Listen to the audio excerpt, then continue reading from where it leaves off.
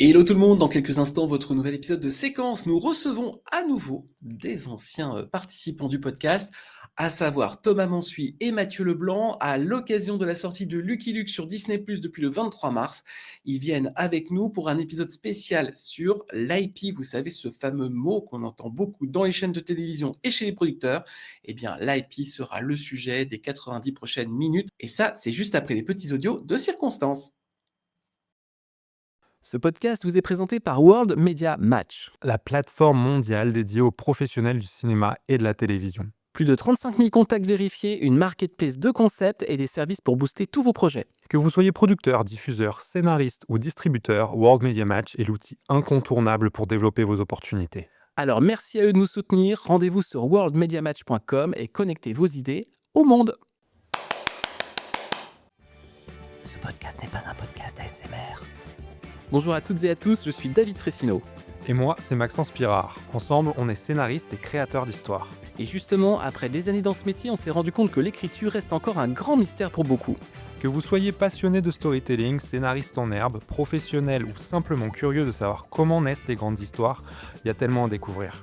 L'écriture, c'est la base de tout projet, cinéma, série, documentaire, format court, et pourtant peu de gens connaissent vraiment les rouages derrière ces récits. C'est ce qu'on explore avec Séquence, notre podcast qui plonge au cœur de la création d'histoires.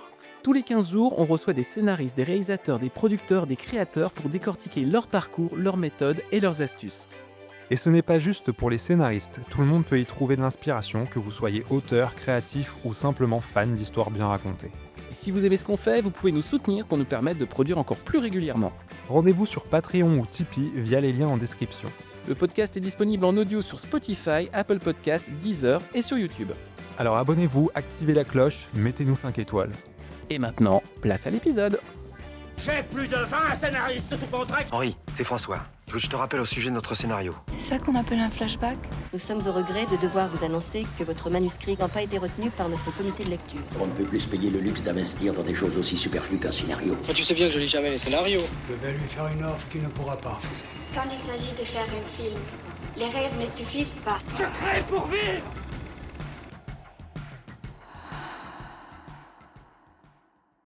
Hello tout le monde, salut Maxence, comment tu vas ? Ça va bien, salut David. Ne serions-nous pas au 40e épisode de ce magnifique podcast ? Exactement, 40, ça y est 40 déjà. épisodes, ouais, un tous les 15 jours, ça fait donc 80 semaines qu'on a démarré, si je me plante pas. C'est pas magnifique. Ça commence à être vraiment pas mal. Les petits mots d'usage, vous remerciez bien évidemment de nous mettre de plus en plus régulièrement dans le top 10, top 10% des podcasts les plus écoutés de France. C'était encore le cas avec le séquence 39 avec Kamel Gemra. Donc on vous remercie très fortement. N'oubliez pas d'aller nous mettre les 5 petites étoiles sur les plateformes d'écoute, que ça soit Spotify, Deezer ou Apple Podcast. Si vous nous regardez sur YouTube, je vous le redis, ça n'a absolument aucun intérêt. Nous faisons 0,01% de notre audience sur YouTube, mais ça vous permet de voir que Maxence et moi, nous sommes habillés pendant qu'on fait des podcasts. Donc c'est plutôt assez sympa. Une fois n'est pas coutume, nos invités, vous les connaissez déjà. Il s'avère que souvent, on dit à nos anciens invités, alors je suis très mauvais en espagnol, notre casa est votre casa. Maxence, tu sauras traduire ou pas ? Tout à fait. Dans un espagnol parfait. Et Thomas et Mathieu nous avaient... Thomas Mansuy et Mathieu Leblanc nous avaient fait un petit appel du pied il y a pas longtemps en nous disant voilà les gars, il y a plein de trucs qu'on n'a pas eu le temps de dire la dernière fois et c'est exactement ce qu'on avait relevé avec Maxence et notamment d'aborder ensemble le thème des IP, fameux thème qu'on entend beaucoup dans la bouche des conseillers et conseillères de programme. Maxence, tu es donc décédé, tu as fait tomber ta drogue. non, tout va bien. Non, c'était tes cachets d'ecstasy, on sait très bien quand tu fais de la musique. De toute façon, les gens qui font de la musique, Maxence, tu sais très bien, ont des cachets d'ecstasy. Je suis vachement dans le cliché. Plus sérieusement, on avait parlé de cette notion d'IP, et quand on les avait reçus, Belphégor n'était pas encore sorti, Lucky Luke n'était pas encore sorti, et Astérix venait juste de dévoiler un petit teaser. Et donc, c'est l'occasion aujourd'hui de récupérer avec nous la MIFA, j'ai envie de dire, voilà, parce que je parle aussi verlan. Thomas et Mathieu, salut à vous deux. Salut. Salut. T'as un très bon accent espagnol. Oui, tout à fait. Donc personne ne saura. Voilà. C'était quoi la vraie phrase, la phrase complète? Mi casa es su casa. Voilà. C'est pour ça que vous avez Parce du qu'on est talent. allé traîner du côté du Mexique avec Lucky Luke, donc voilà, on a chopé. Mais c'est vrai, Voilà. très très bien. D'ailleurs, vous allez pouvoir nous en parler, mais je vais laisser la parole à Maxence pour ouvrir ce joli podcast tous ensemble. Bah, on est vraiment content de vous retrouver dans Séquence, hein, de toute façon, ça fait toujours plaisir d'avoir des anciens. Pour vous présenter, pour ceux qui n'ont pas vu le premier épisode avec vous, vous êtes tous les deux scénaristes, on vous connaît parce que vous travaillez aussi beaucoup en binôme tous les deux, pour des séries telles que Belphégor, Panda, on a parlé d'Astérix, et du coup bientôt Lucky Luke qui va sortir très très bientôt, et qui d'ailleurs sera sorti lors de la diffusion de cet épisode. D'ailleurs félicitations. Ma première question, c'est comment on se prépare, sachant que la série va être diffusée à Série Mania, les 3 premiers épisodes, je crois. Comment on se prépare lorsqu'un projet voit le jour, en fait, et est dévoilé au public? Bah, alors déjà, moi, ce que j'ai coutume de dire, c'est on se force à être très, très reconnaissant et à se rappeler à quel point avoir un projet, je parle à tous nos compatriotes scénaristes et à nos compères de galère, on sait très bien que quand un projet est diffusé, on a marché, on a navigué dans un océan voilà, sur un champ de bataille, sur un océan de projets annulés, et on marche sur le charnier de 150 000 séries qui ne verront jamais le jour. Donc, on est déjà hyper reconnaissant et on se rappelle à quel point c'est une chance infinie de le faire, même une fois, mais alors de le faire plusieurs fois. Voilà. Donc, on est comblé déjà. Donc, on nage dans la gratitude et la béatitude dans un premier temps. Et ensuite, on se laisse envahir par un stress terrifiant. Stress matinée de on a hâte, évidemment, que la série soit montrée au plus grand nombre et que les gens le découvrent. Et voilà, on trépigne aussi, hein, clairement. Et surtout sur un truc, mais ça, je veux pas déflorer la suite, quand on présente quelque chose d'aussi attendu que Lucky Luke, mais c'est-à-dire attendu au tournant, pas attendu avec impatience. Je pense qu'il y a un mélange des deux, mais on est surtout attendu au tournant par tous ces gens qui, depuis 80 ans, pratiquent, ont une relation intime avec ce personnage. On sait très bien qu'on est attendu au tournant et qu'on va devoir se justifier de certaines choses, et puis qu'on va décevoir des gens, les trahir, et puis parfois agréablement les surprendre. Voilà. Et oui, raconter comment on s'y est pris aussi, finalement, quel angle on a voulu aborder, comment on se saisit de quelque chose qui nous précède. Là, ça dépasse le fait de comment on se prépare avant une sortie, mais clairement, c'est l'occasion aussi de faire preuve, pas forcément de pédagogie, mais quelque part d'élargir le spectre, de juste la série quand on la prend telle quelle, et d'être présent pour pouvoir raconter un tout petit peu quels étaient les rouages de ce qui nous a habité quand on s'est dit ok, on va l'adapter comme ça, et quand on a suivi les directions. Et le mot, ça va être impatience, parce que ça fait quand même plus d'un an que cette série dont le tournage est terminé, qu'il y a une post-prod longue, évidemment, pour ce genre de série, et je pense qu'il y a une espèce de trépignation, je sais pas si ça se dit trépignation, mais ça trépigne, voilà. Et on est... C'est bien, parce que j'avais pas dit qu'on avait hâte, on est merveilleux, on est merveilleux. Du coup, j'ai justement une question pour ouvrir le bal. On va essayer de faire un épisode sans spoiler pour que les gens qui nous écoutent, qui vont profiter justement de l'écoute de cet épisode pour après se jeter sur Disney+, découvrir l'intégralité de la saison. Comment vous avez bossé pour faire passer l'énergie de la case de BD à une vraie séquence écrite qui va être filmée? C'est intéressant comme question. Je sais pas si. Pour une fois, Maxence, tu vois, j'ai le droit que les invités soulignent que je pose enfin. Toutes vos questions sont passionnantes. Moi, ma réponse, ça va être une réponse de petit con. J'ai envie de dire qu'on essaye de pas faire ça. C'est-à-dire qu'on essaye de pas du tout retranscrire la même énergie qu'il y a en BD. Voilà. Pour moi, c'est des objets tellement différents et c'est des musiques tellement différentes qu'on essaie de trouver sa propre grammaire, sa propre, voilà. Lucky Luke, c'est pas, par exemple, c'est pas une BD, alors je sais pas si vous l'avez très très bien en tête, c'est pas une BD qui est truffée d'action, par exemple. Ouais. C'est très très posé, c'est des ambiances, c'est des portraits de personnages, c'est à chaque album dépeint une forme de folie de l'Ouest. Donc c'est vraiment Lucky Luke, c'est souvent un observateur qui débarque, qui est un homme de peu de mots, un homme de peu de problèmes, qui débarque et qui va upper un personnage local pour en faire un héros. Et donc on est sur quelque chose de très statique dans l'observation. Et puis des fois, il y a une bagarre qui se déclenche, qui se termine avec 2-3 clop. On a en tête ces petits onomatopées, voilà, assez rigolo, très propre à Lucky Luke. Mais voilà, donc la première question qu'on se pose, c'est comment est-ce qu'on va pouvoir insuffler de l'épique, de l'aventure, du rythme, parce qu'on est en plus sur une plateforme chez un streamer et que, pas à la base on est avec France Télévisions, mais ensuite Disney arrive et à égalité vient demander des choses, et donc on se dit voilà, là maintenant il faut choper un public, c'est pas une bande dessinée de 40 pages qu'on va regarder dans son intimité, c'est quelque chose qui doit nous happer et nous tenir, voilà, nous cliffer et nous tenir pendant 8 épisodes. Et donc la façon dont on se saisit des BD, c'est plus déjà l'émotion qu'on a ressentie. Et typiquement la Folie de l'Ouest, quelque part, c'est un des trucs à chaque fois qui ressortait sur le côté un épisode, enfin une BD, un personnage. Et donc on a essayé un peu de retranscrire ça dans notre construction où non seulement à chaque épisode la famille Lucky Luke s'agrandit et on redécouvre Joe Dalton, puis après d'abord Billy the Kid et puis après Calamity, etc.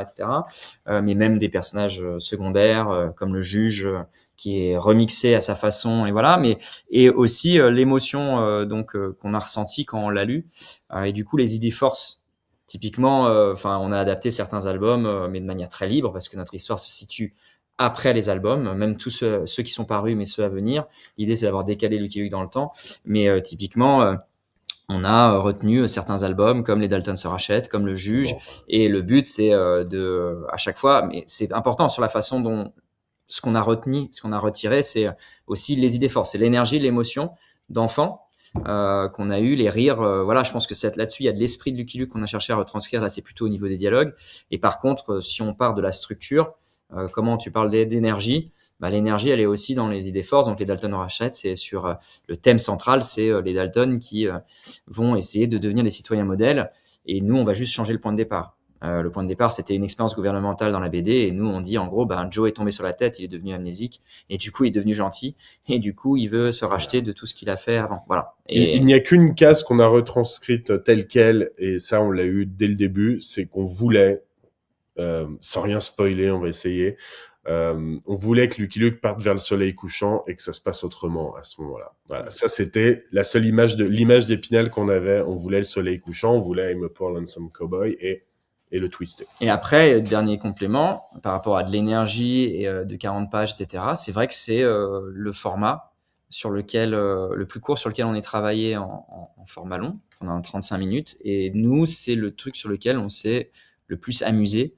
Parce que clairement, à l'inverse de ce que disait Tom sur le fait que les BD sont souvent en observation, etc., vu qu'on vient du polar qui est un truc très structuré, ou de la comédie qui est évidemment millimétrée, de toute façon tout format audiovisuel est contenu, et du coup on a densifié à mort les intrigues, et on sait pas... l'avantage aussi, c'est qu'on n'a pas perdu de temps avec des intrigues B qui boursouflent un peu l'épisode et tout. On peut arriver quelque chose qui est à l'os, et du coup vraiment faire des choses où l'humour, l'émotion et le danger se superposent, parce que on n'est pas dans que des séquences d'émotion d'un côté, que des séquences, parce qu'on est sur un temps très compressé. Donc le choix du format a quand même été dans le sens finalement de l'objet qu'on avait à la base, qui était en effet une BD où en 48 pages, tu as traversé un univers. Quelle est votre mécanique pour trouver un point d'entrée pour les nouvelles générations de spectateurs qui connaissent pas forcément l'IP sur laquelle vous allez travailler? Donc je pense par exemple à Belphégor ou même Lucky Luke, tu vois, qui fait partie quand même d'une génération un peu plus ancienne que peut-être les petits jeunes de maintenant. Est-ce que ça a été quelque chose auquel vous avez réfléchi quand vous avez écrit ça? Alors, ouais, j'ai envie de dire immédiatement, toujours, il faut justifier à quel point l'œuvre a un sens aujourd'hui. Donc, faut à la fois célébrer les souvenirs, ce que j'ai dit, les émotions qu'on garde tous en commun avec cette œuvre, et en même temps, faut se dire, ok, en quoi ça a un sens de re-raconter cette histoire aujourd'hui. Et la seule chose que je dirais, et après je laisse la parole à mon camarade, c'est que on est aussi aidé par le temps. Quelque part, dans le sens où elles ont émergé dans un contexte donné, et les rapports, que ce soit homme-femme, les rapports générationnels, les rapports à l'amour, enfin nous c'est souvent on prend des genres et on a envie d'y remettre en fait des choses du quotidien entre guillemets et des gens qui se parlent pas, qui arrivent pas à se parler, des papas et des filles qui se parlent pas, des amis qui se sont perdus de vue, etc. Enfin, on veut réinjecter quelque part ces choses à la fois aussi universelles qu'intimes. Et donc quelque part, on est toujours bien souvent, quand c'était le cas sur Belphégor, où typiquement c'est un récit raconté exclusivement quasiment du point de vue de l'enquêteur et pas ni de la victime ni de la nana. Et là, dans Lucky Luke, quelque part, on avait un univers qui était quasi exclusivement masculin. Je parle juste des points de départ, tu vois. Mais du coup, tout de suite, tu t'es amené à te poser des questions avec un héros parfait qui a aucune faille. Ouais, voilà. Sur la modernité. Moi, je répondrai en 2 temps. Il y a une réponse très global, et je pense qu'on en avait déjà parlé la dernière fois. Depuis qu'on s'attaque à des IP, on a une technique avec Mathieu, c'est qu'on réfléchit en termes d'écume. C'est-à-dire qu'en gros, on se dit, bon, bah voilà, Belphégor, tout le monde connaît Belphégor, mais qu'est-ce que les gens connaissent, qu'est-ce que les gens retiennent de Belphégor? C'est comme les Trois Mousquetaires. C'est-à-dire, tout le monde connaît les Trois Mousquetaires. Peu de gens l'ont vraiment lu. En réalité, on a tous vu une forme d'adaptation. Et donc, il y a des éléments, quand je parle d'écume, je parle de ce qui reste à la surface. C'est-à-dire ce qui fait partie de l'imaginaire collectif, qui sont même parfois des idées fausses, mais qui sont des résumés qu'on a de ces œuvres-là. Et Lucky Luke, qu'on ait été un fan de la BD ou pas, il y a des éléments qui sont des incontournables. Tout le monde sait que c'est l'homme qui tire plus vite que son ombre. Tout le monde a déjà vu au moins un dessin de Joe Dalton. Jolly Jumper, ouais, les Dalton. Les Jumper rentrent en plan, mais même des gens qui n'ont jamais ouvert un Lucky Luke savent quelle tête a Lucky Luke, savent qu'il avait une clope et qu'il en a plus. Enfin, voilà, il y a des trucs qui sont là. Donc nous, d'abord, on aborde cette galaxie-là en se disant, c'est quoi les trucs qu'on est obligé d'attraper au vol et de traiter et d'adresser, parce que sinon, c'est pas possible. Et ensuite, il y a une technique, mais très simple, et là, on n'invente pas la poudre pour rester dans le thème western. On va prendre une porte d'entrée qui est un personnage sorti de l'œuf qui ne connaît pas Lucky Luke. Donc là, c'est Louise, c'est le deuxième personnage principal de cette aventure, qui est, voilà, comme je le disais, un personnage complètement sorti de l'œuf et qui va être un peu le véhicule du spectateur pour re-rencontrer tous ces personnages. Si on était dans un Luke qui croise ses vieux amis et que ces gens-là n'ont pas besoin de se représenter et de réévoquer leurs aventures passées, ils n'ont pas besoin de le faire, à moins qu'il y ait un personnage témoin à qui on doit tout expliquer. Et on pousse même la chose très loin, parce que vous verrez que même dans le pilote, tout ce quiproquo sur qui est Lucky Luke est au cœur de l'épisode. Et ça nous permet de réintroduire ce personnage. Donc j'ai envie de dire, si vous avez lu Lucky Luke, en tout cas c'est l'idéal qu'on a essayé d'atteindre. Si vous connaissez Lucky Luke et que vous êtes un aficionado, vous allez reconnaître plein de trucs et vous allez être en complicité avec plein de choses qu'on pose. Si vous ne connaissez pas du tout Lucky Luke, Louise va vous expliquer qui c'est et vous allez avoir l'impression de rencontrer un vieux desperado, allemand, un desperado tanné par le soleil, qui est pas une figure non plus complètement rocambolesque dans le paysage des personnages qu'on a l'habitude de rencontrer. C'est un vieux routard et qui va rencontrer un personnage plus naïf et plus jeune. Et si je pouvais apporter un complément du coup, parce que Belphégor, c'est vrai qu'on n'a pas forcément fait ça. Belphégor, on avait l'image du masque. Mais on a fait l'écume, ça c'est indéniable. Ouais. Mais sur le côté introduire un personnage de poisson hors de l'eau, qui va être le témoin, qui va être le regard du spectateur. Il y a un lien quand même, c'est qu'en fait on change le point de vue. Donc en somme, tu prends une œuvre sur laquelle tout le monde a jeté un regard et des adaptations ont orienté. Voilà, dans le cas de Belphégor, typiquement, on s'est dit on va partir de la victime qui était manipulée et pas de l'enquêteur. Et pas de l'enquêteur. Et c'est elle l'héroïne. Et dans le cas de Luc, on s'est dit ok, on va avoir en effet, parce qu'il y avait une galerie de personnages, parce que voilà, il y avait toute la mythologie qui était dans le cas de Belphégor, c'est des ingrédients. Dans le cas de Lucky Luke, il y a plein de personnages qui sont des incontournables. Et donc du coup, mais à chaque fois, quelque part, s'il y avait une idée force, tu changes le point de vue. Tu décales un tout petit peu et tu dis, OK, comment est-ce qu'on n'a jamais vu Lucky Luke? Et d'ailleurs, la première proposition qu'on a faite, qui a fait sursauter tout le monde et sur laquelle, évidemment, Thomas est venu mettre de l'eau dans mon vin. Mais le pitch qui était fait à la base, c'était, OK, on commence avec un Luke grabataire qui ressemble à du Clint Eastwood bien tanné et qui est en train d'enterrer Jolly Jumper, qui porte un rentemplant qui peut plus marcher sur ses épaules et qui est devenu l'homme qui ne tire plus aussi vite que son ombre, qui va devoir trouver son successeur. Et voilà, il y a eu un silence. Il y a eu d'abord un sursaut. Un très bon pitch. Ouais, puis une gêne, parce que tout le monde sentait bien que c'était un peu tiré trop loin. Et puis il y a Tom qui a sauvé Save the Day et qui a dit sinon, ce qu'on pourrait faire. Si on faisait l'arme fatale au lieu de faire Logan. Voilà. Et non. J'ai pas mis de l'eau dans son vin, j'ai craché sur la mèche de dynamite qui était en train de notre avenir pour les 5 prochaines années. Non, mais du coup, c'est important parce que je dis ça, c'est que le thème central qui était celui de la transmission, qui étaient là, en fait, qui était ce qui allait mouvoir Lucky Luke et tout, et le truc qu'on a gardé et qu'on a rendu moins radical. Mais voilà, ce changement de regard en se disant, OK, et si on était... c'est une façon de... Voilà, en se disant, OK, Lucky Luke, il est trop parfait, Mais comment est-ce qu'on décale et voilà. D'ailleurs, ça, c'est rendre service et aux nouveaux et aux anciens. C'est-à-dire que Exactement. si ce qui est pour nous, encore une fois, on va pas faire si on fait déjà des réponses trop longues, mais ce qui est déjà le problème de beaucoup d'adaptations, c'est juste de faire du copier-coller, de pas proposer quelque chose de nouveau, de proposer une photographie. Et une photographie, bon, c'est forcément moins bien que les dessins qu'on a vus avant. Donc voilà, donc un regard nouveau pour les anciens qui connaissent, un regard nouveau pour les nouveaux qui arrivent et qui ont besoin de comprendre ce qui se passe. J'ai envie de rebondir sur un truc que vous avez dit tout à l'heure, c'est que le personnage de Lucky Luke est un personnage qui est parfois un peu stoïque, qui des fois est en observation des scènes. Et sauf que votre Lucky Luke, c'est Alban Lenoir. Donc Alban Lenoir, il faut y mettre de l'action. Mais comment vous gérez ça en fait? Il faut y mettre de l'action. Enfin, il faut, et puis nous, on avait envie. Enfin, nous, on aime ça. Moi, encore une fois, je l'ai déjà dit, hein, moi, j'ai grandi avec Hercule et Xena la guerrière. Moi, j'ai envie qu'il y ait des patates et des gens qui fassent des saltos quand tu les cognes. Je suis un homme déconstruit, mais j'aime bien un peu de bagarre quand on me parle de western et d'aventure. Et c'est des moments assez jouissifs. Donc on avait envie. Et puis c'est ce que Mathieu commençait à dire, c'est que Lucky Luke, c'est un gros problème. C'était notre plus gros défi à la base. C'est que et Mathieu a tendance à le résumer dans une tirade assez glaçante en disant, bah voilà, vous voulez faire une série sur un gars qui parle pas, qui est parfait, qui a un super pouvoir, c'est-à-dire digne d'Obélix, c'est-à-dire qu'en gros, il peut désarmer tous les méchants comme ça, il est imbattable, c'est le meilleur hein, dans sa catégorie. Et il parle avec un cheval, il parle avec un chien, et les arguments comiques, c'est un petit mec qui s'énerve très très fort, qui devient tout rouge, et des animaux qui ont de l'esprit, un très bête et un cynique et très flegmatique à la britannique. Et donc allez-y les gars, faites cette série avec ce gars-là, avec ce héros-là, et voilà, donc...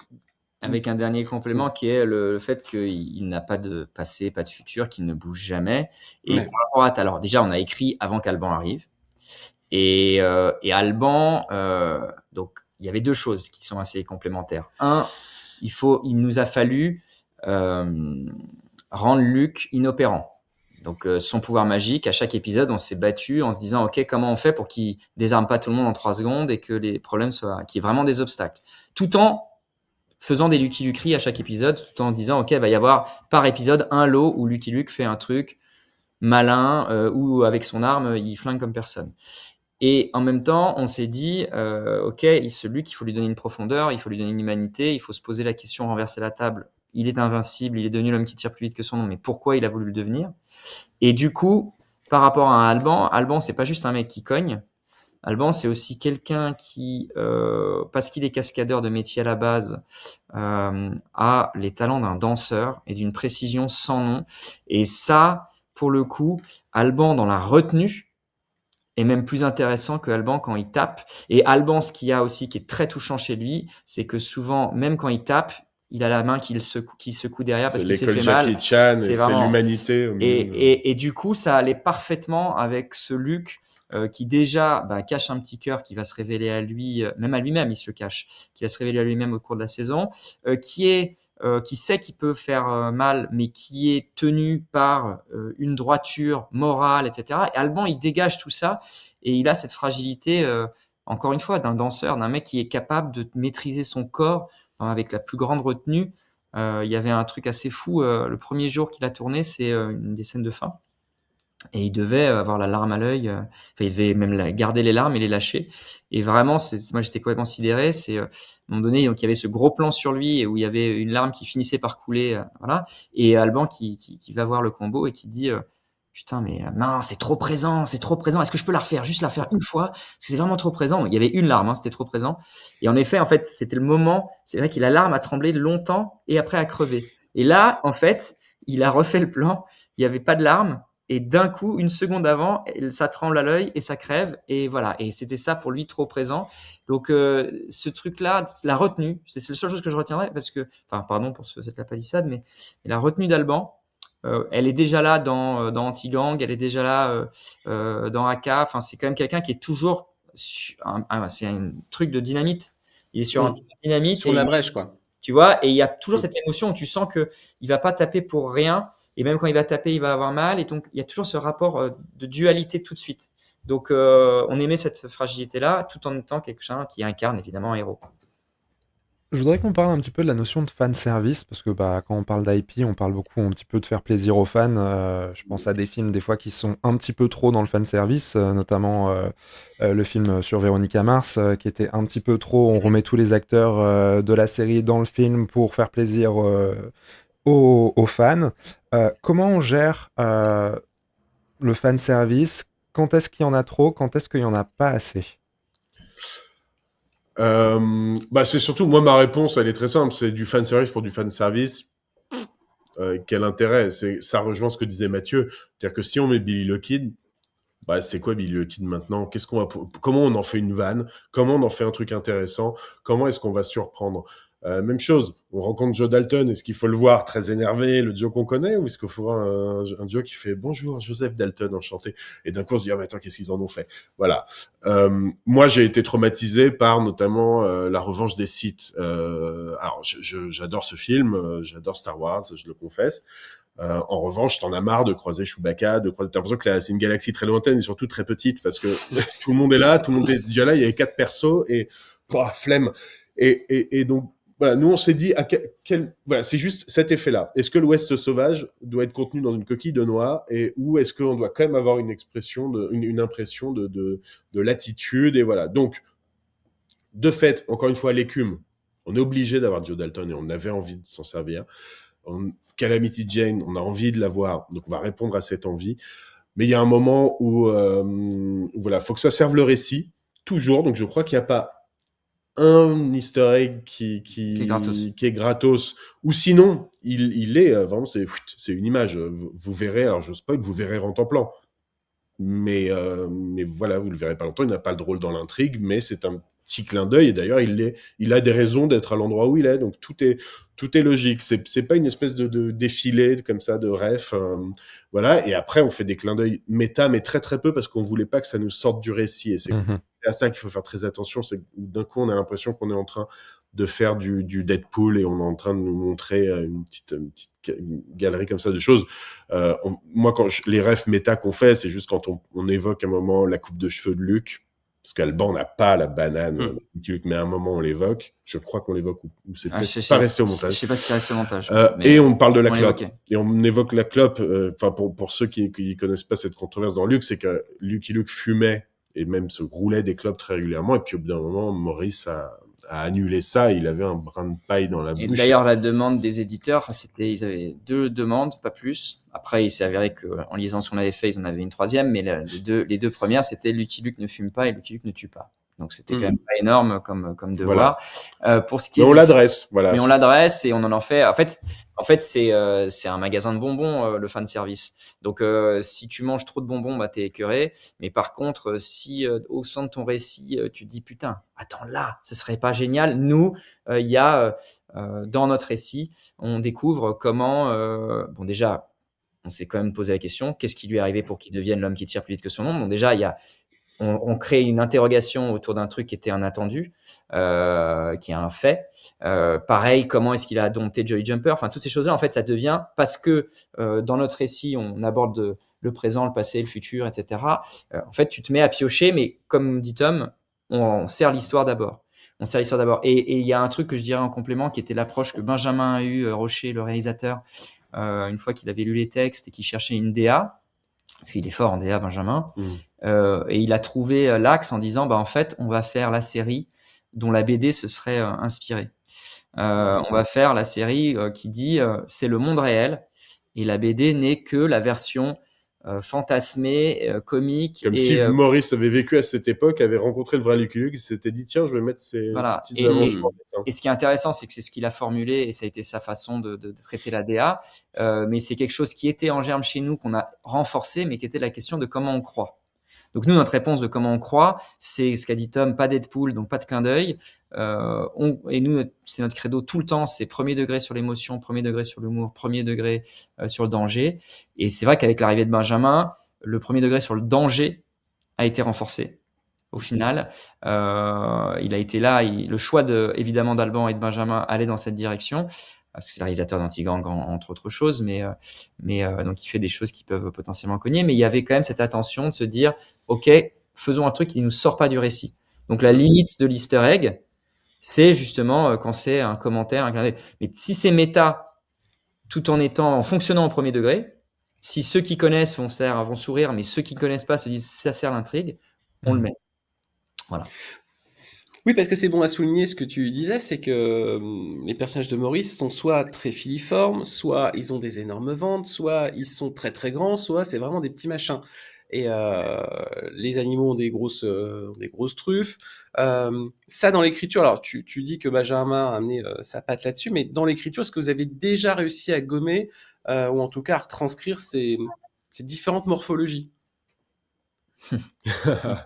Alors les Dalton, on n'a pas transigé. On a un petit, un moyen, un plus grand et un très grand. Mais en revanche, oui, nous c'était notre angoisse, notre épouvantail, c'était de se dire, ça va être une BD, une parodie de BD et un truc complètement grotesque, sachant qu'il y a quand même un maître en la matière qui s'appelle Sergio Leone. On est obligé de dire son nom à un moment. Moi, je suis arrivé dans les histoires par le western pensé pour mon grand-père. Mais alors c'est pas lui officiellement le réalisateur, mais quand il vient piloter Mon nom et personne, c'est quand même la preuve qu'on peut faire un western très rigolo, très enlevé, avec des super dials et beaucoup d'humour, et en même temps que ça peut être crasseux, réaliste, âpre, rugueux, épique, et voilà. Et donc nous on s'est dit voilà, le western c'est un terrain miné, parce que le premier truc qu'on se dit, c'est va y avoir des plans sur les yeux, va y avoir de l'harmonica, on va faire que on va enfiler des perles. La botte de paille qui traverse la rue, déserte, et ce genre de choses. Voilà. Et donc, mais en même temps, c'est un peu ça, le western. C'est quand même un peu ça. Donc, comment on fait pour en prendre un peu, et puis ne pas se vautrer dedans. Et je crois que dans le pilote de Luc, dans le premier épisode, il y a un peu de ces images d'Épinal. On les abandonne un peu, on est de moins en moins cliché là-dessus, et en effet, on essaye de pas être grotesque. Après, quand même, on a des personnages, on a un personnage de photographe, on n'a pas fait le croque-mort, mais on aurait pu l'incarner, et ça aurait été, voilà, on a quand même des images d'Épinal du Far West telles que Maurice, Goscinny et Léon l'ont perpétué. Et moi, je prendrais le cas des Dalton qui est intéressant, parce qu'il l'aborde. Alors, il faut savoir que, même si évidemment, c'est des choses qui se sont concrétisé au moment de la fabrication. Il y a vraiment eu des débats, même entre nous, dès l'écriture, et on n'était pas d'accord. Quand il dit il y avait cette crainte d'être grotesque, je pense que moi j'ai souvent moins peur du grotesque que Tom, et heureusement qu'il ait une profonde vigie dans notre duo, mais en tout cas moi j'avais pas de problème à imaginer mes doubles, ma femme et moi, j'avais aucun problème à me dire en fait ce qui va être ce qu'il faut respecter, c'est ils ont tous le même visage, mais par contre la question de la taille, ça c'est un truc de BD. Donc en fait, on va faire des mecs qui ont tous le même visage. Et alors tu me dis mais attends, tu t'es fou, ça va pas, c'est n'importe quoi, etc. Et ce qui est intéressant, c'est que c'est resté un truc en suspens. Et au moment du passage à la fabrication, le débat est retombé sur la table. Et en fait, ce qui a été retenu comme solution, et les gens peut-être ne le verront même pas, mais c'est qu'en fait, donc c'est 4 acteurs différents. Ou du coup, c'est l'inverse de ce que moi je proposais. C'était en tout cas que l'élément de taille soit un peu là, mais c'est quand même pas une vraie pyramide. Et en revanche, ce qui a été décidé de faire, c'est avec des effets spéciaux et de l'IA, c'est que le masque, il y a un masque de Jérôme qui est foutu sur ces gens, donc qui ont joué normalement, mais qui sont masqués numériquement. Et ce qui est intéressant, c'est la technologie de l'IA qui a été utilisée, c'est que ils mettent pas le masque avec le même degré. En gros, il y a un pourcentage qui est alloué, et donc tu as du Jérôme à 60% pour l'un, du Jérôme à 30% pour l'autre, et à 70%. Et du coup, ça fait des visages où il y a un air de famille. Enfin, c'était le but. Donc là, on pourrait se dire, en fait, c'est des gars on verra peut-être même limite pas l'effet spécial. On se dit, ok, c'est des gars qui se ressemblent un peu. Ouais, en fait, clairement, il y a une volonté d'être dans quelque chose qui se rapproche du réel. Et en revanche, le dernier truc que j'aimerais dire en complément, qui est intéressant sur les histoires de morphologie. Typiquement, la BD te raconte qu'il y a un petit nerveux, un grand qui bouffe tout le temps et qui est bête, et tu as 2 mecs au milieu. C'est ce que j'avais posé la question des 2 mecs au milieu, parce que dans le film de Eric et Ramsey, ils sont inexistants. D'ailleurs, dans quasiment toutes les intrigues et les adaptations, on ne les voit pas. Et c'est une façon justement d'adresser la morphologie. Typiquement, ils sont au milieu. Donc nous, ce qu'on en a fait, on a fait 2 choses. On a fait On a juste souligné cette absurdité, c'est-à-dire que Luke lui-même ne sait jamais qui est William, qui est Jack. Enfin voilà, ça c'était un premier truc de scénario. Et il y a un deuxième truc qui est pas arrivé tout de suite, mais qui est venu vers la fin. Et c'est ça qui est intéressant, c'est qu'on s'est dit qu'on allait penser ces deux-là comme un duo du coup, comme des espèces de siamois, et que justement on allait pousser ce curseur. Et la façon dont ils existent, c'est pas l'un et l'autre par rapport à Joe et Avril parce que ils ne sont pas aussi puissants. Mais dès qu'on s'est dit, en fait, ce qui n'existe pas dans la BD, c'est un duo façon les Dupont et Dupont qui se complètent, se savonnent la planche, veulent parler à la place de l'autre, etc. Et ben, ça Et tu devient leur donnes une existence. qui se distingue. Et du coup, tu retrouves l'effet, OK, j'ai une vraie distinction morphologique démente qui fait que je les sépare. Et en même temps, ben, on a fait un truc, je pense, en toute modestie, qu'il n'y a pas dans la BD, c'est que ces personnages-là existent quand même. Et on a 4 super comédiens pour les faire. Enfin, franchement, ils sont là le temps d'un épisode pour certains.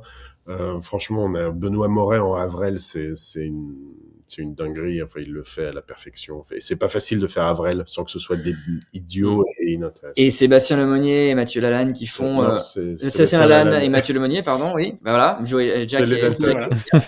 c'est eux, Jack et William. Et typiquement, ils ont une scène notamment, ils racontent un événement et où justement c'était écrit pour que ça se ping-pong. Ils ont fait un truc et ça c'est eux qui l'ont apporté direct. C'est là où en effet il y a un génie. Bon déjà il y a un génie slapstick parce que ils font des mimes, etc. Enfin il y en a un des deux qui en fait s'exprime avec des mots et l'autre s'exprime avec des onomatopées, des ping, des pongs, des machins. Et eux ils ont fait un truc qui n'était pas évidemment écrit au texte, c'est que c'est quasiment comme s'ils parlaient en même temps et en même temps c'est compréhensible. Donc là, ils ont apporté leur génie là-dessus, par-dessus. Ils ont saisi l'occasion qui leur a été présentée. Ils ont très bien compris. Ils l'ont poussé au maximum. C'était formidable. On est vraiment très, très chanceux. Et à l'inverse, juste complément parce que Jérôme... Du complément. Complément du complément. Non, mais Complément d'enquête, j'ai envie de dire. On a parlé de Benoît, etc. On a parlé de Mathieu et de Sébastien. Jérôme était très, très fort dans l'approche qu'il a eue de Joe. Typiquement, nous-mêmes, on a épousé un peu la morphologie, même si on a changé, on en a fait un Joe un peu plus sympa à la base, etc. Mais il y avait quand même le côté, c'est Joe Dalton qui s'énerve, qui machin. Et lui a transformé cette espèce de parodie en fait, c'est Joe Dalton, c'est un connard. Mais ce n'est pas un petit nerveux qui tape forcément sur le mur en devenant tout rouge. Et d'un coup, Joe devient un être humain. Et c'est passionnant à voir. Et il reste Joe. Il est génial en Joe. Voilà. Est-ce que le format de la série a toujours été le même? Est-ce que ça a toujours été du 30-35 minutes, 8 épisodes? Est-ce que ça a changé? Et si oui ou sinon, comment ça a impacté votre développement? On a tourné du 60 minutes et puis à la fin c'est 30. Non, je rigole. Ça a été ça dans l'idée dès le départ. Sachant que, bon, sans rentrer dans les détails pénibles, mais bon, les plateformes sont moins regardantes sur le format, on peut être beaucoup plus fluide. Mais France Télévisions était dans une logique, voilà, de quantité minutes par soirée. Et du coup, 3 épisodes, ça fait 90 minutes, donc c'était dans cette logique-là. Donc nous, on est parti là-dessus, sachant qu'on avait, là où ça sert notre récit, Mathieu l'a déjà un peu dit tout à l'heure, c'est que, et de plus en plus là dans notre carrière, on a envie d'embrasser ce format-là parce qu'on trouve ça merveilleux d'aller tout droit et de ne pas se perdre en intrigues B et C qui sont parfois très intéressantes. Les ruptures de point de vue, c'est très intéressant, il n'y a pas de problème, mais parfois ça peut casser le rythme, parfois ça devient un peu un obligé, et parfois ça devient un marécage, c'est-à-dire qu'on s'y enlise un petit peu et on n'a pas envie de ça, et on a la sensation de regarder de la quantité plus que de la qualité. Quand par exemple dans un long métrage, chaque séquence, j'ai l'impression en tout cas est importante et amène à la suivante. Parfois dans la série, on a l'impression de prendre un petit chemin de traverse. On se dit, vous savez, comme pour ceux qui ont lu Game of Thrones, c'est d'un coup on se dit, oh putain, pourquoi un paragraphe sur ce personnage dont je me fous complètement. Voilà, nous, on se dit, on va tirer un coup de feu, on va tirer une flèche, on reste dans le thème du western et on va faire une histoire. Bam, 30 minutes. On est les personnages sont dans la sauce et on va pas les lâcher et on va cliffer. Et par ailleurs, ce côté 8 épisodes, nous, on avait envie d'une recette très claire sur Luke et très western. C'est que le western, souvent, soit c'est un huis clos, soit c'est un voyage. Et donc, nous, on avait envie de cette logique de un fil rouge qui part d'un point A, qui arrive à un point 8. mais des petites arènes comme ça, des petits sauts de puce dans des arènes. Ce que font les albums. Voilà, ce que font les albums. Donc sur le modèle de la BD, vous avez 8 BD de Luc et puis qui vont raconter une saga, une histoire. Et on avait envie, voilà. Et je pense que c'est une des grandes forces de la série, c'est que je pense que chaque épisode, et je pense que ceux qui ont vu la série Mania pourront en témoigner, c'est qu'en fait chaque épisode a une couleur différente et ne propose jamais exactement la même couleur, la même arène, les mêmes personnages, la même mécanique. Ça, c'était à la fois, c'est la qualité de la série et c'est la difficulté à la fabrication. Et heureusement, du coup, qu'on était sur ce format. Clairement, notre enjeu aussi dans le fait de choisir un format plus court, à la base, qui est ça qui est intéressant aussi quand on raconte les process de fabrication, c'est qu'on voulait tu parlais de la bagarre tout à l'heure, David. Nous, on voulait de la patate. Il y avait beaucoup plus de scènes de fight, même, où Lucky Luke se battait, dans ce qu'on avait fait, que ce qu'il y a aujourd'hui. Aujourd'hui, il y a une Lucky Lukerie par épisode. Il y a Luke est malin avec ses guns. Il y a un détournement de ça, etc. On essaye d'en faire quand même aussi un truc un peu d'action. Mais ce qui est intéressant, c'est que on avait choisi ce format-là pour laisser de la place à du temps de réal. Tu vois, quelque part, on se dit, OK, on va réfléchir. On va proposer un truc qui fait du 35, mais il y aura un budget de 40-45. Et du coup, on a de l'argent pour faire des moments d'épatte. Bon, il s'avère que justement, le fait de changer de décor en permanence, de tourner en Espagne, de faire des choix qui, évidemment, sont des choix de prod tout sauf idiots, mais qui, derrière, ont des coûts et des implications. Et c'est vrai que on a très, très peu amorti les décors, parce qu'on change d'environnement tout le temps. Et ce qui fait que dès que tu as une merde, quelle qu'elle soit, d'un comédien qui se blesse, de Weather Day, de la pluie qui tombe en septembre en Espagne, au milieu du désert, et voilà. Tous ces trucs-là ont fait qu'on pouvait pas forcément rester un jour de plus, parce qu'il fallait qu'on aille vite au prochain décor. Surtout que ça se situe dans un endroit où tout le monde tourne des westerns almériens.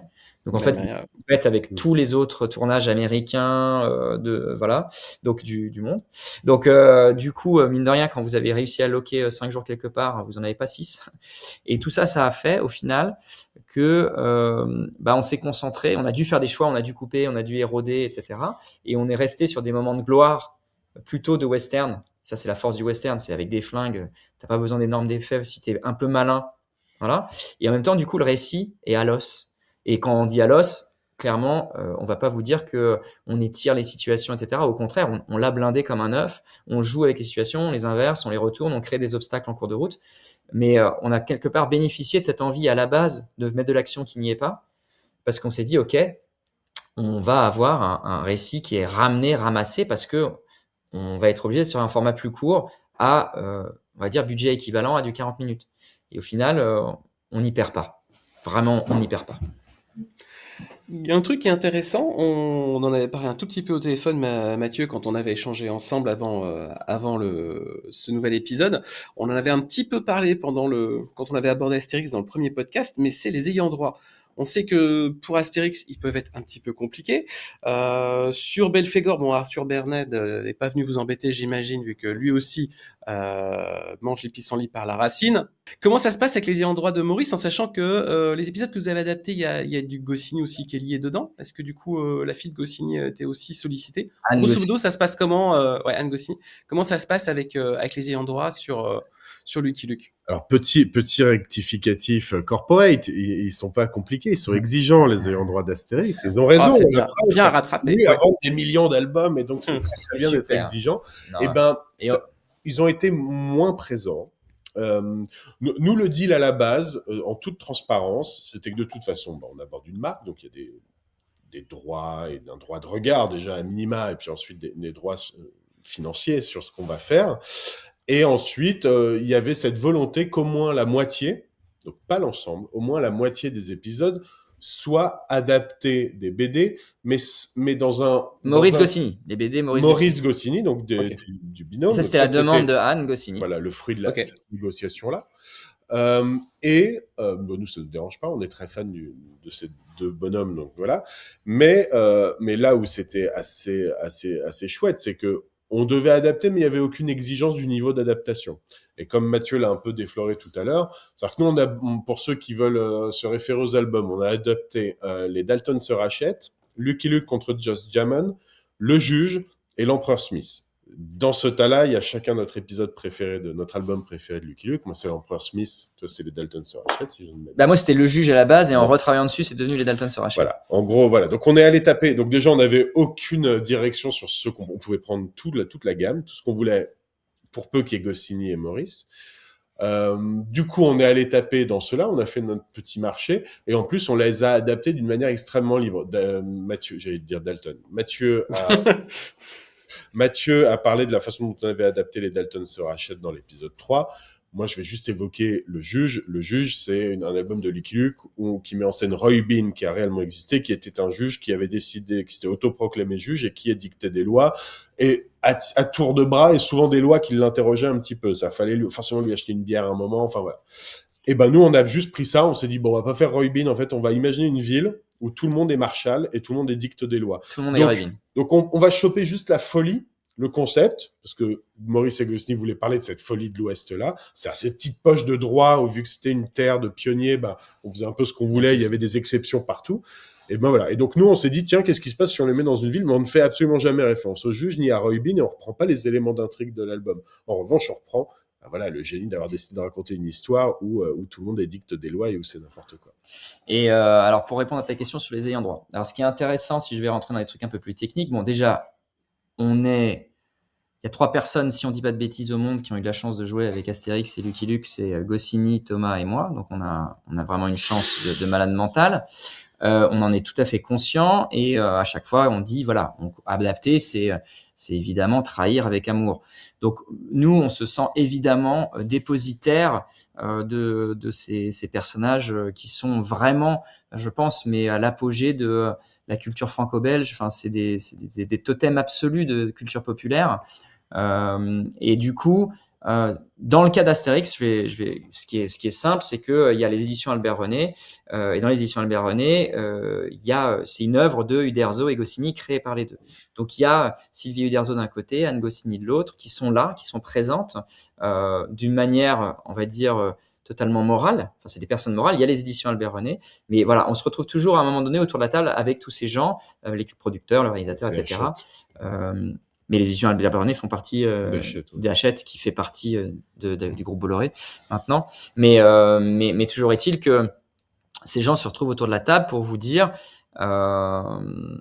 écoute, Astérix il parle pas comme ça, ou Obélix il ferait jamais ça, ou voilà, c'est des vrais gens pour les personnes en face, et c'est des gens qui sont, et Anne Goscinny a vraiment ce rôle à cœur, Sylvie Uderzo aussi, mais elles ont leur caractère, elles seront plus Sylvie sur quelque chose qui est de l'ordre de la philosophie globale de ces gens ont vraiment existé. Anne écrit de son côté, etc. Donc elle va être plus très très précise sur parfois la virgule près, mais il y a de la discussion qui est possible, etc. Mais ils sont quand même dépositaires d'un truc qu'ils n'ont pas créé, donc c'est une énorme charge et qu'elles prennent vraiment à cœur. Et c'est leurs enfants aussi à eux quelque part. Enfin, c'est quelque chose, c'est les enfants de leurs parents, c'est l'autre enfant de leurs parents. Donc voilà. Donc il y a quelque chose qui est de l'ordre autant de la légitimité que aussi du psychologique, et que quelque part de toute façon c'est un dialogue. C'est-à-dire que bien sûr c'est les enfants de leur père, mais c'est aussi quelque part nous on en est devenus, c'est nos frères à nous aussi, parce qu'on les a lus, on les a aimés, on a notre vision sur les choses, donc ça reste un dialogue. Dans le cas de Lucky Luke, ce qui est intéressant, c'est que Goscinny n'a pas créé le personnage.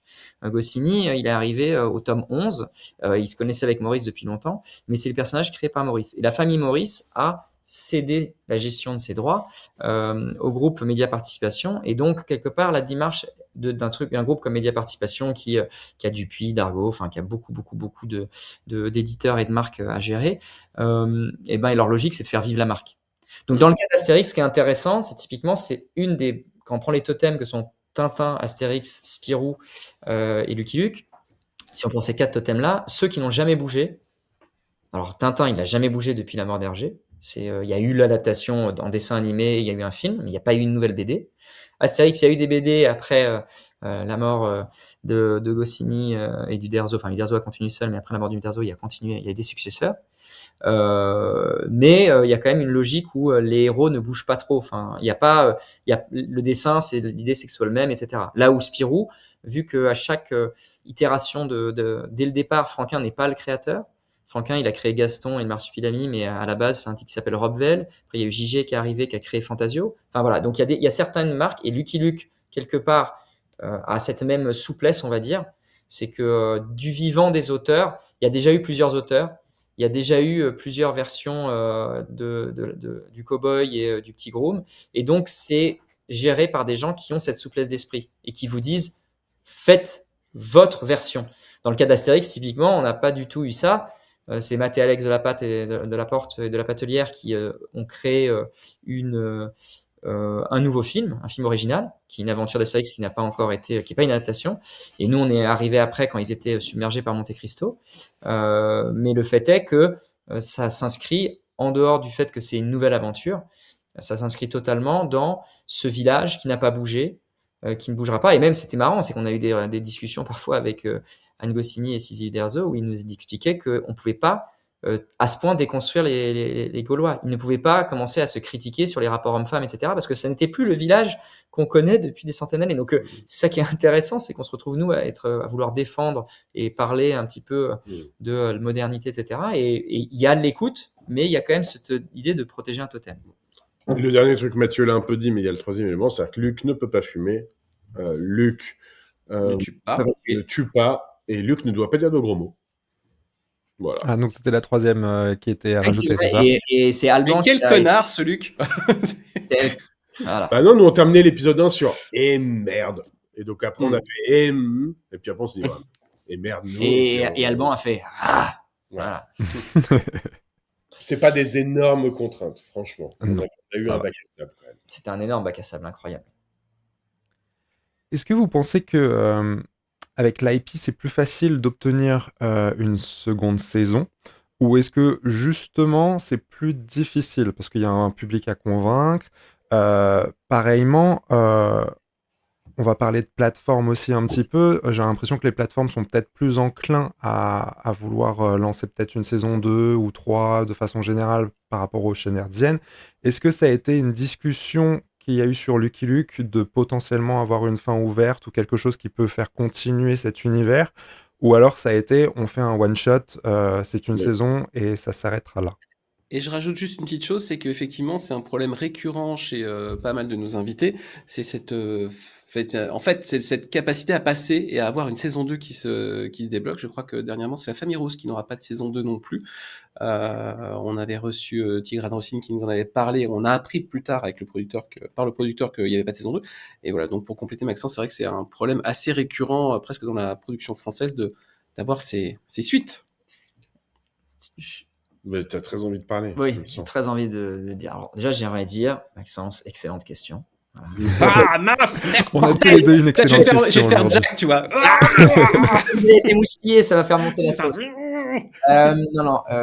Alors, il faut savoir un truc, c'est que tout le monde a rêvé à une saison 2 et que la logique d'adapter une licence telle que Lucky Luke, quand tu as un terreau tel, même ceux qui te cèdent qui cèdent les droits aux producteurs, qui n'a pas prouvé que ce personnage peut exister sur la longueur. Donc, voilà. Donc clairement, il faut juste se rendre compte d'un truc, et c'est pas forcément du fait.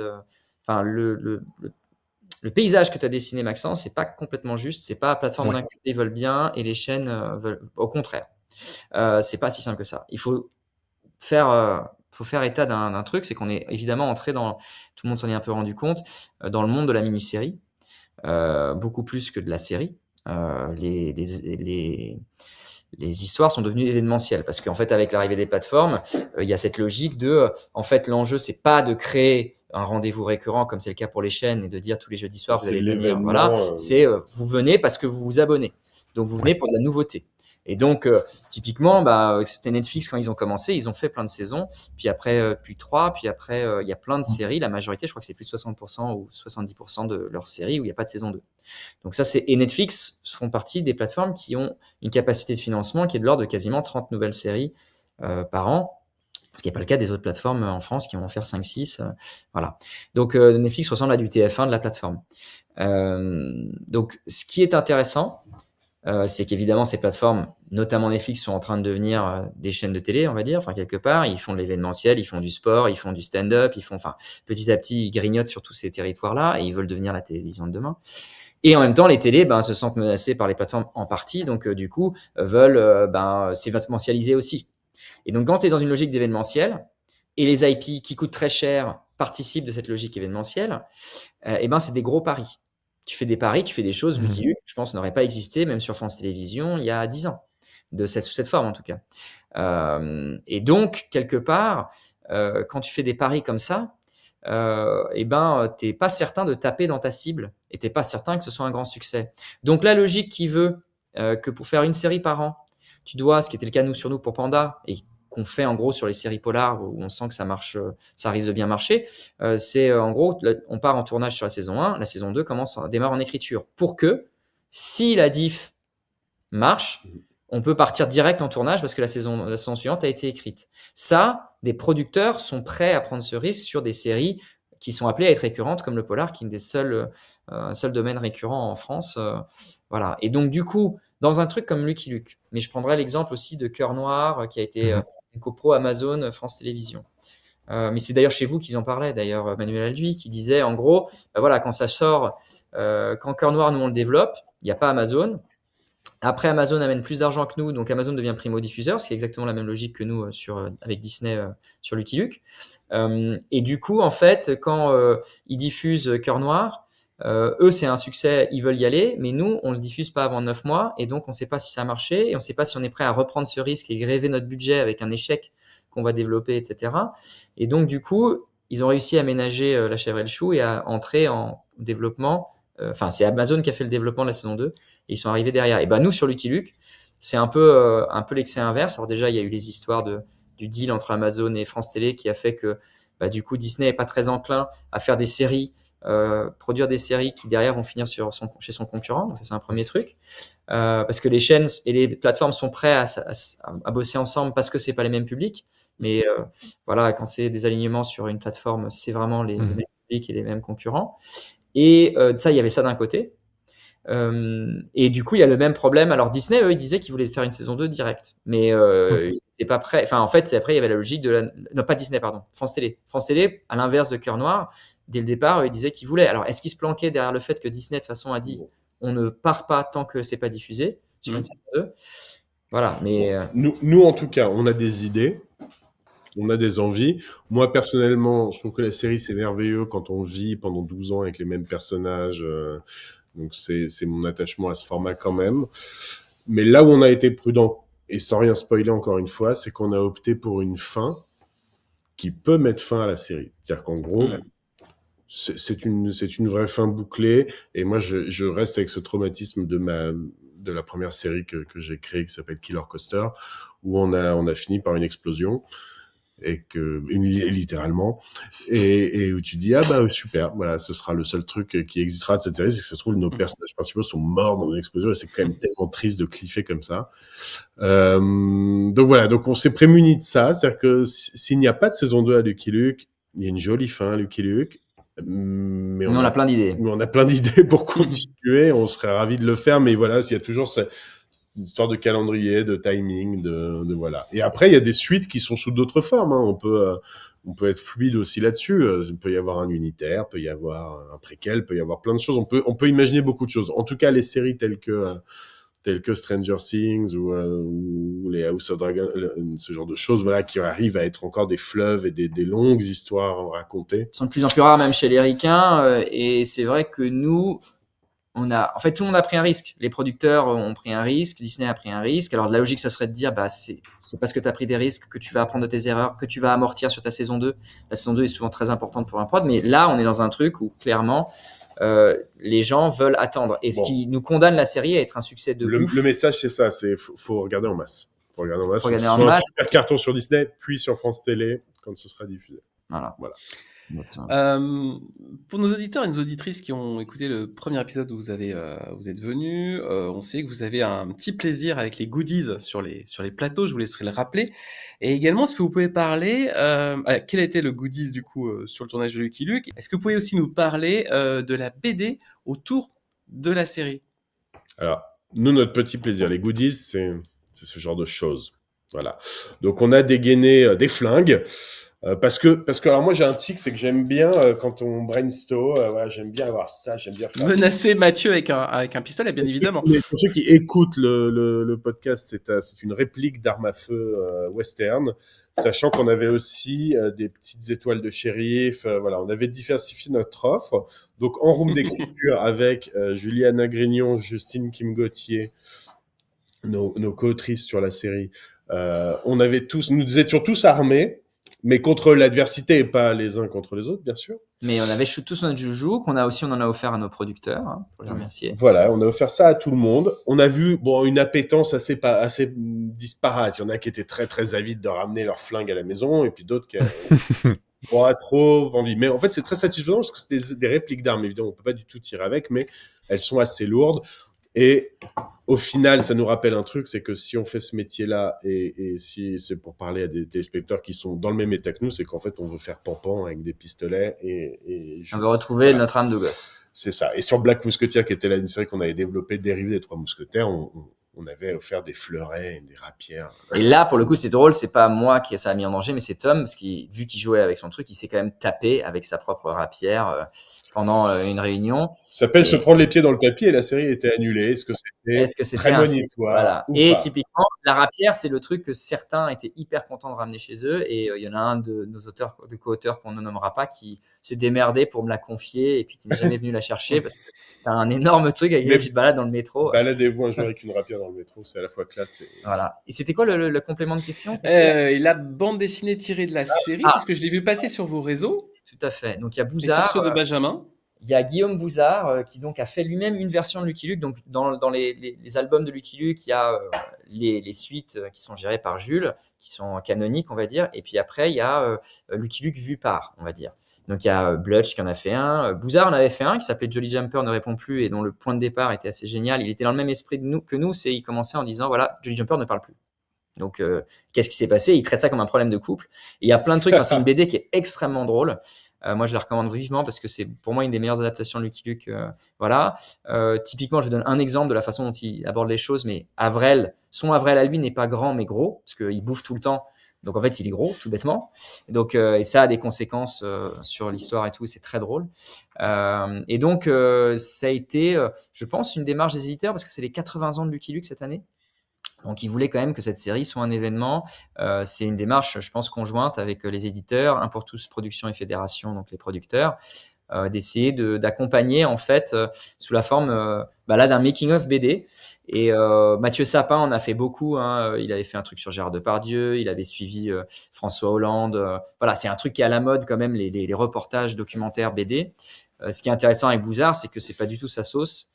Et qu'il en a fait un making-of à la Bouzard, à savoir, il se met lui-même en scène, ce qui est le cas dans ses BD, et sauf que, en gros, son leitmotiv, c'est avec beaucoup d'ego, dire que la BD et le cinéma, c'est un peu la même chose, le maquillage et le dessin, c'est un peu la même chose, écrire un scénario de BD, voilà, c'est toujours la même chose, et donc il propose de travailler à la place des autres, aider, faire la figuration, voilà, et c'est le boulet que tout le monde se traîne, ce qui lui permet de se balader dans tout le tournage, et la majorité, donc déjà tous les gens qui sont croqués, ils existent, et ils ont été là, et la majorité des anecdotes, même si elles sont grossies, exagérées, elles font référence à quelque chose, et donc c'est un petit bonbon, je pense, même pour ceux qui n'étaient pas là, parce que vous avez à la fois le plaisir des coulisses, quand même, mais sans que ce soit trop sentencieux. Et du coup, il y a de l'humour et du décalage et des gens qui tombent. Tu rappelles le titre de la BD? La BD, c'est L'homme qui a vu l'homme qui filme, l'homme qui a vu l'homme qui filme, l'homme qui tire plus vite que son ombre. C'est pour ça que je te posais la question, c'est une question piège. C'est dur, hein. Et cet homme qui est absolument fan de BD depuis la première heure se retrouve dans une bande dessinée, puisque Mathieu apparaît là-dedans, il est très bien dessiné d'ailleurs. C'est vraiment la consécration absolue, parce que vu que j'étais sur le tournage tout du long, j'ai pu avoir l'honneur, ce qui n'a pas été le cas de Tom. Mais ça avait de la valeur beaucoup plus pour toi. Oui. Donc, c'est la consécration absolue, c'est être devenu un personnage de BD, c'est hallucinant. Après avoir dilapidé ton argent dans l'industrie de la bande dessinée. Et qui continue. Continuez, gaiement. Vous nous avez parlé des règles, des intouchables dans Lucky Luke, donc il ne doit pas tuer, il ne doit pas fumer, ni dire de gros mots. Mais quels ont été ou sont les intouchables sur les autres IP que vous avez pu toucher? Je pense à Astérix ou Belf et Gore en l'occurrence.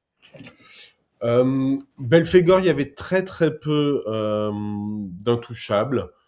De toute façon, l'œuvre originale est tellement foisonnante et rocambolesque et voilà et feuilletonnante au sens du feuilleton. Enfin voilà, c'était de toute façon de la surenchère.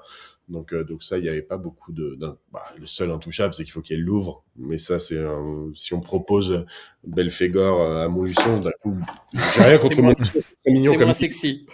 mais du coup, pour faire Belphégor, hein, du coup, voilà, il y a quand même le Louvre.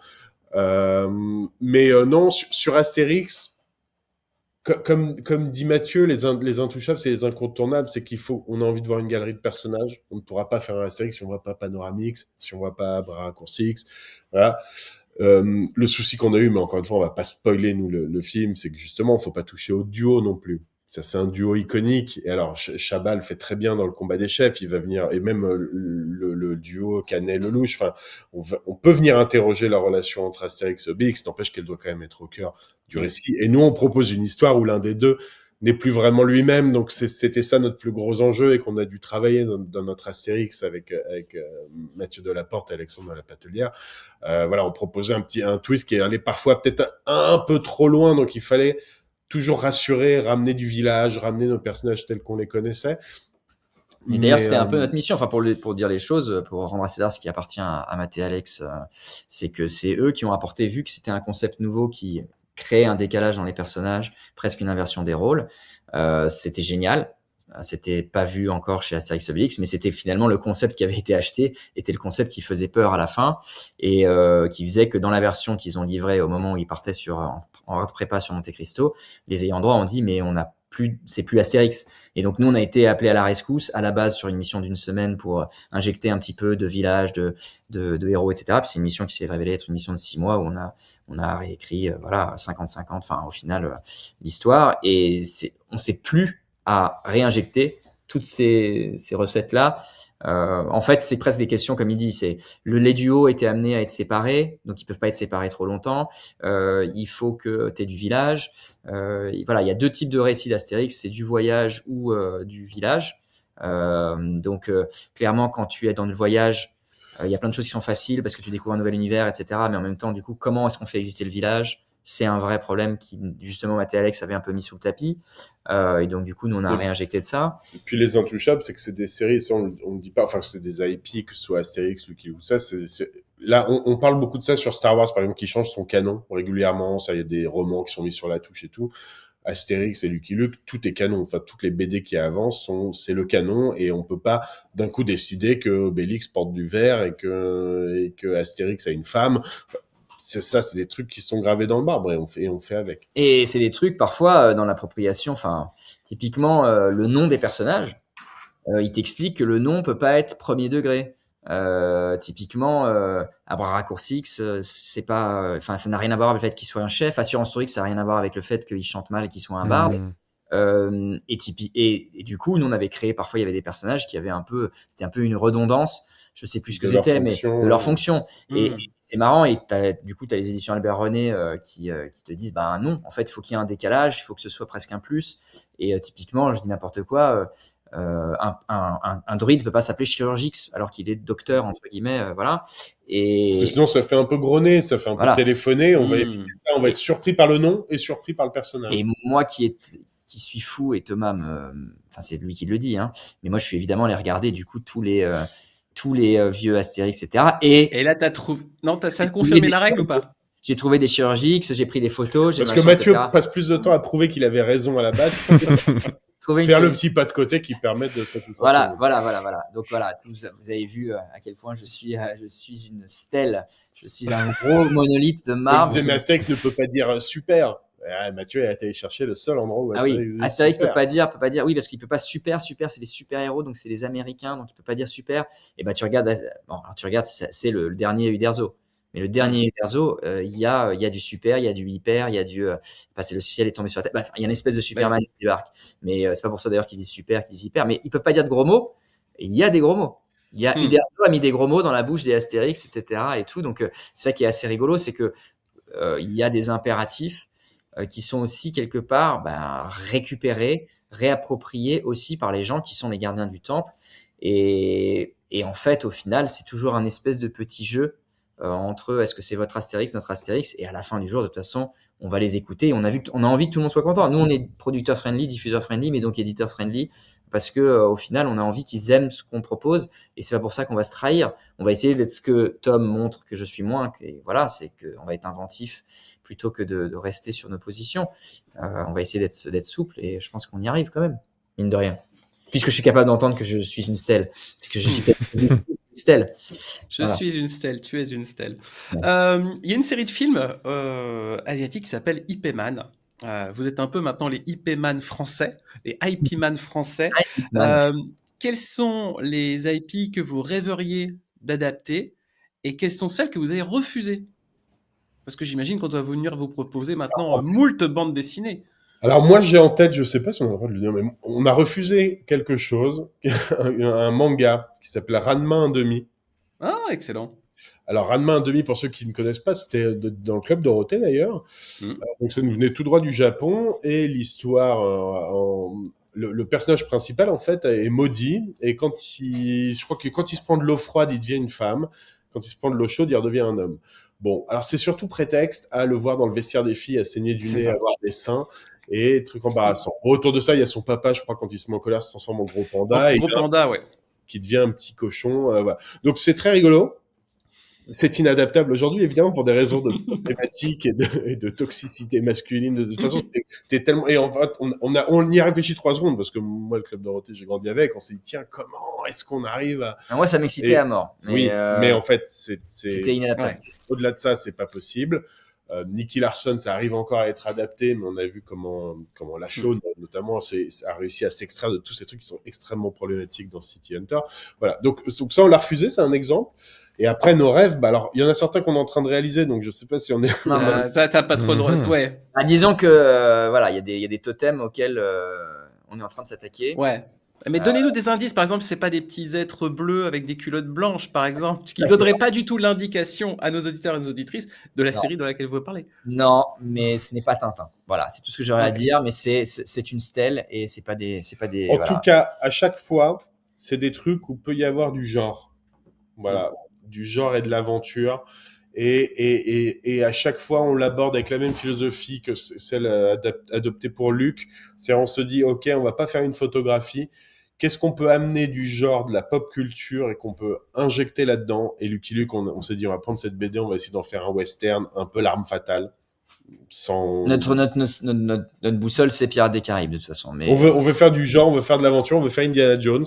Et donc, qu'est-ce qu'on peut prendre comme IP française, franco-belge, ce que vous voulez, où on se dit, ça peut partir très loin dans l'aventure. Voilà, ça c'est le max d'indices qu'on puisse donner. Et clairement, il y a un autre aspect pour une autre IP, qui est que, et c'était un peu le cas sur Lucky Luke, si les gens se pincent le nez en se disant que c'est inadaptable, à part pour Ranma 1/2, parce que c'est les raisons pour lesquelles c'était le cas, c'était aussi en effet assez problématique et c'est drôle, mais c'est plus dans l'époque. Puis c'est un peu japonais, on va dire. Et ben, c'est le côté, ok, c'est infaisable, ça va être ridicule. Et ben, de la même manière que Lucky Luke, on a cherché à lui donner une espèce de densité, une profondeur, on se dit, ok, ces héros de la pop culture qui sont nés dans les années 60 ou les années 80 ou les années 90 et qui avaient certains tropes, comment on fait aujourd'hui pour aller chercher leur petit cœur et les mettre en valeur et les aimer et leur donner une autre dimension, voilà, à notre humble niveau. Donc c'est souvent les trucs où les gens se diraient que c'est pas possible qui nous attirent aussi.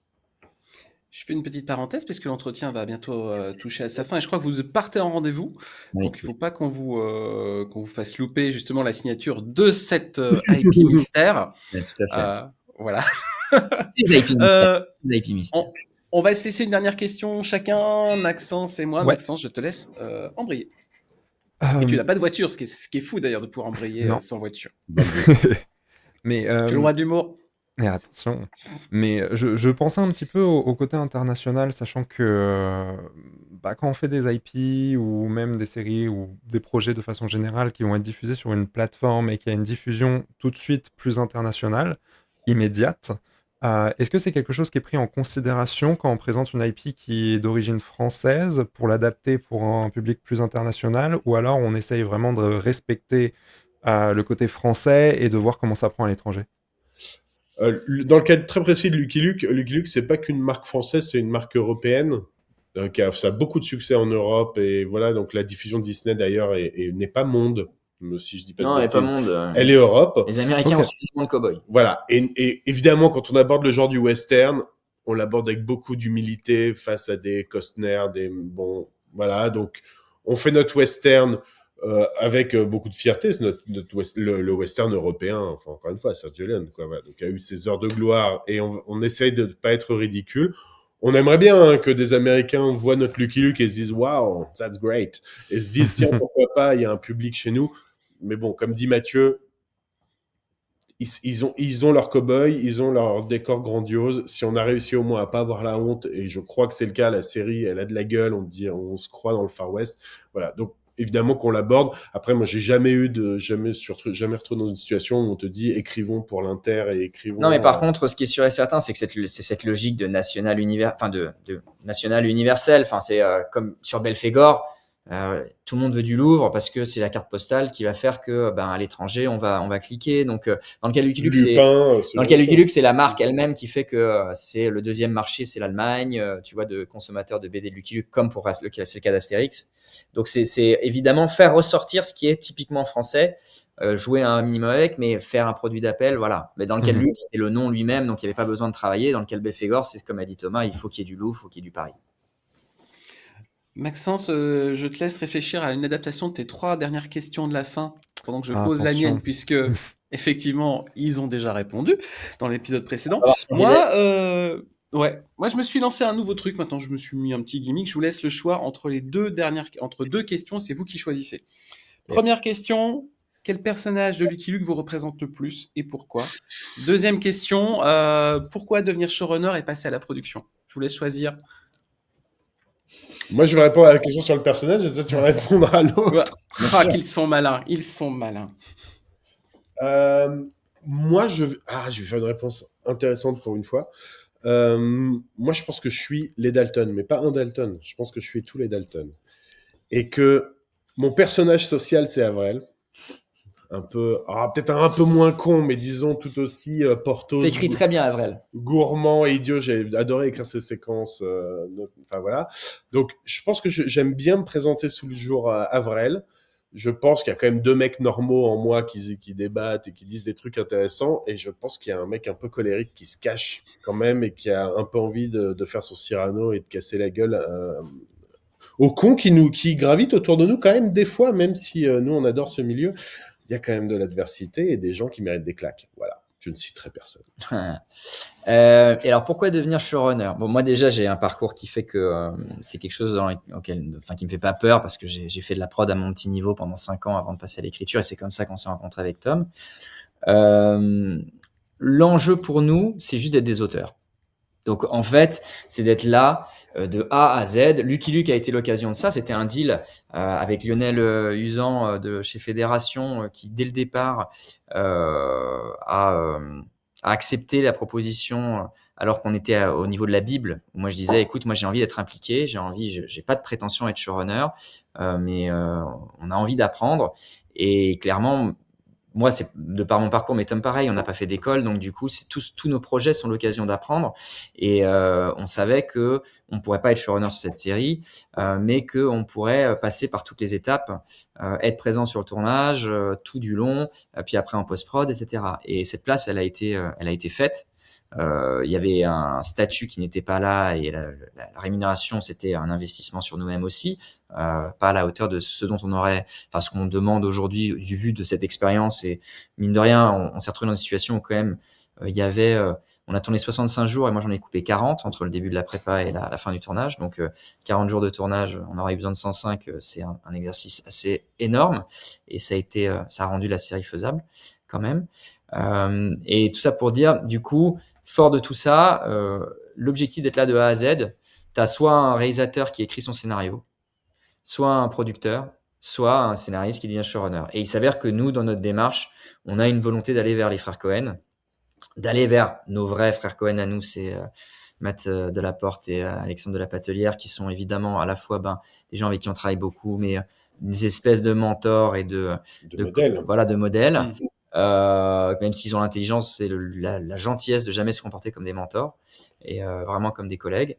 On aime le travail d'équipe et on aime être dans cette sauce-là. Voilà, mais du coup, c'est aussi pour ça que l'enjeu là bientôt, on fait de plus en plus de projets de cinéma. Moi, l'enjeu, c'est de passer à la réal sur certains d'entre eux. Donc ça, on développe avec Pathé, avec Fédération, voilà, à ce niveau-là. Et du coup, le but, c'est de faire la formule Frères Cohen qui est, en gros, 2 qui écrivent et un qui réalise, l'autre qui fait la production artistique. Et voilà. Et donc, l'enjeu pour nous, c'est d'être là tout du long et être des auteurs à notre niveau, humble niveau. Voilà.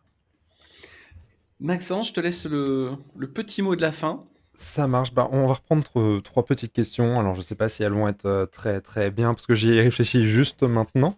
Mais c'est que j'y ai pas réfléchi avant non plus. Hein. C'est pour ça que je t'ai mis sur le coup en disant. La première, ça serait plus du coup le remake ou le reboot dont vous voudriez faire partie. Excellente question, Maxence. Excellente question, David. Arrêtez de le flatter. Waouh, c'est hyper dur. Un remake ou un reboot? Moi, j'ai pas envie de faire de remake parce que je trouve ça complètement con. On a quand même des idées. En même temps, tu dis ça et on travaille sur énormément d'adaptations. Non, mais moi j'aime. Mais oui, mais c'est pas du remake. On raconte pas la même histoire entre nous. Enfin, ouais. D'accord. Non, un reboot.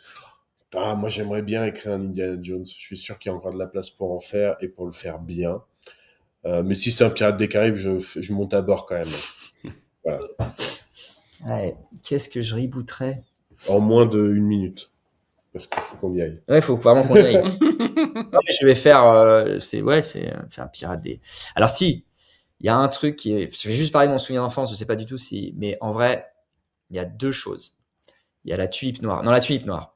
Voilà. Okay. La Tulipe Noire qui est pour moi la première VHS que j'ai enregistrée. Une version remasterisée de la Tulipe Noire. Ah ouais, c'est qui est pour moi qui est exceptionnel. Le KPDP, c'est un rêve de gosse qu'on partage avec Tom. Et je pense que de la même manière que la Tulipe Noire était en gros un Fanfan la Tulipe, parce qu'ils ont acheté le roman de Dumas, La Tulipe Noire, mais ils en ont gardé que le titre, parce que Delon voulait faire, et il a pris le réalisateur de La Tulipe Noire, de la Fanfan la Tulipe, Christian Jacques. C'est super, c'est le frère jumeau là. Extrêmement bien écrit. Ah oui, c'est ça. C'est super. C'est génialissime. Et c'est notre prochain projet. Voilà, j'adore ce film. Il est incroyable. Ça, c'est super. Le genre ou la thématique que vous ne voulez pas toucher, genre c'est le no-go. Ah ça, il y en a une pour Tom. Je peux répondre pour toi? Vas-y.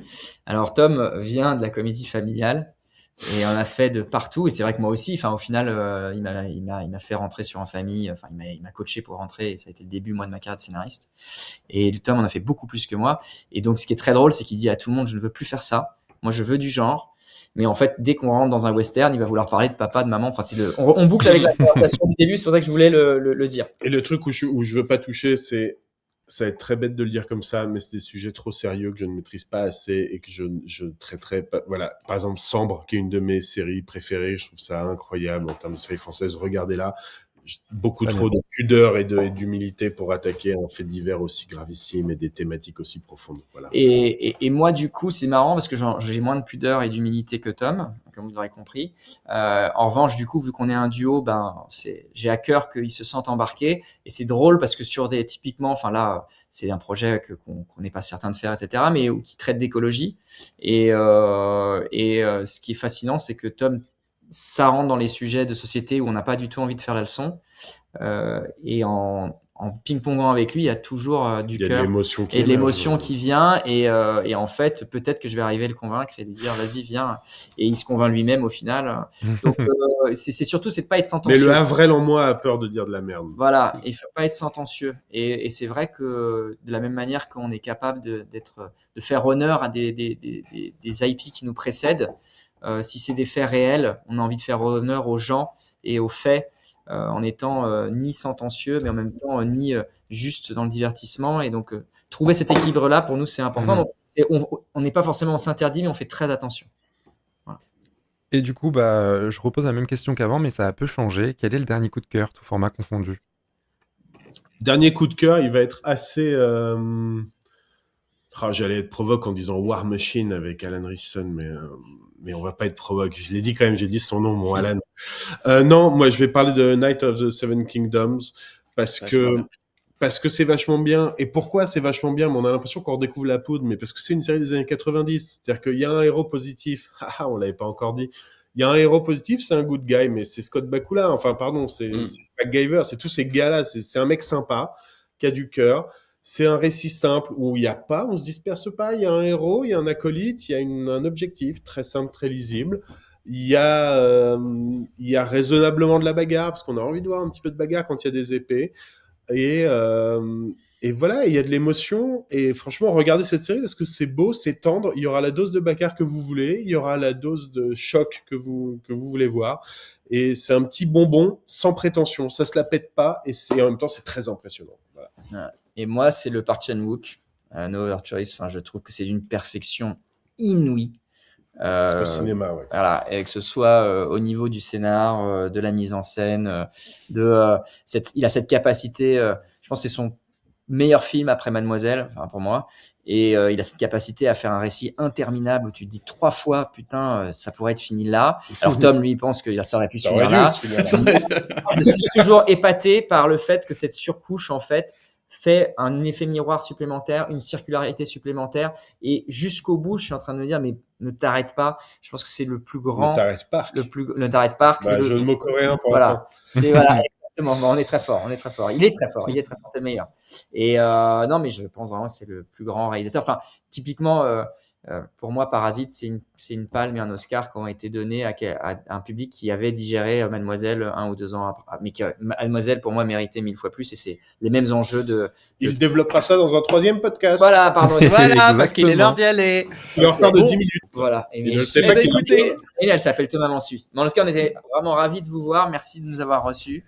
Avec plaisir. Ça ouvre la porte déjà au 3e podcast qui s'annoncera dans les mois qui viennent. Un grand merci à vous deux d'avoir participé. Pour vous qui nous écoutez, Lucky Luke est disponible depuis le 23 mars sur Disney+, les 8 épisodes de 35 minutes chacun. Si vous avez envie effectivement de découvrir, de mettre en corrélation ce qu'ont dit Mathieu et Thomas avec l'image, eh ben, il ne vous reste plus qu'à aller voir la plateforme de Mickey. Salut tout le monde. Salut à tous. Salut. Et plein de gros bisous. Et Pan. Merci encore de nous recevoir. À bientôt. Salut. À bientôt.